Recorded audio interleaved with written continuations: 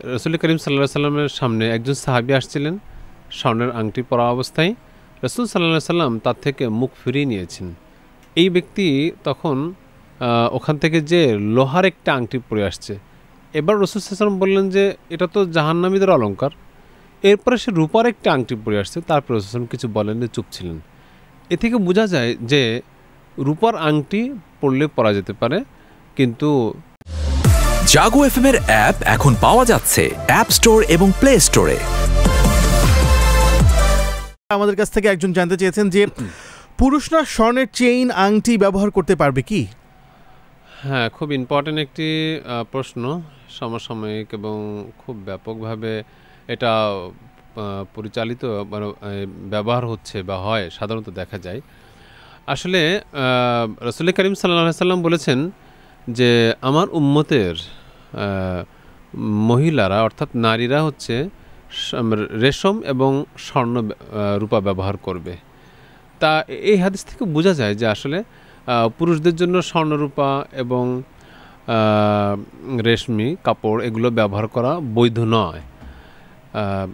যেমনটি অন্য একটা হাদিসে রাসূল করিম সাল্লাল্লাহু আলাইহি সাল্লামের সামনে একজন সাহাবী আসছিলেন স্বর্ণের আংটি পরা অবস্থায়। রাসূল সাল্লাল্লাহু আলাইহি সাল্লাম তার থেকে মুখ ফিরিয়ে নিয়েছেন।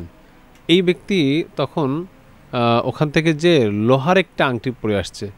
এবার রাসূল সাল্লাল্লাহু আলাইহি সাল্লাম বললেন যে এটা তো জাহান্নামীদের অলংকার। এরপরে সে রূপার একটা আংটি পরে আসছে, তারপর রাসূল সাল্লাল্লাহু আলাইহি সাল্লাম কিছু বলেননি, চুপ ছিলেন।